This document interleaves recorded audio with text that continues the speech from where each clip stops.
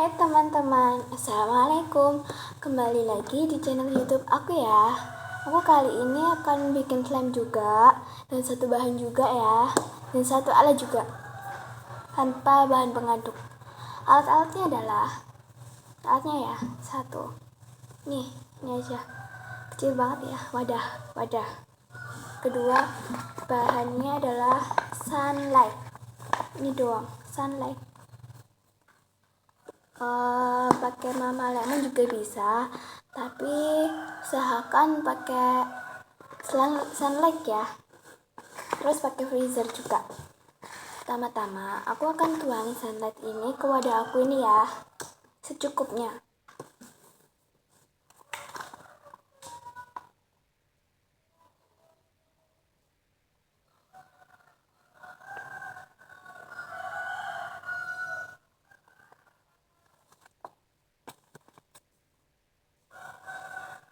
Aku pakainya segini aja.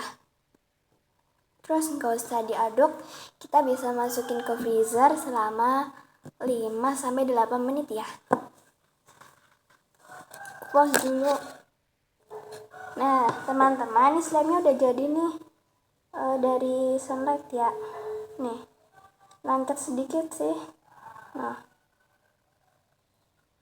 selamat mencoba ya teman-teman. Assalamualaikum warahmatullahi wabarakatuh.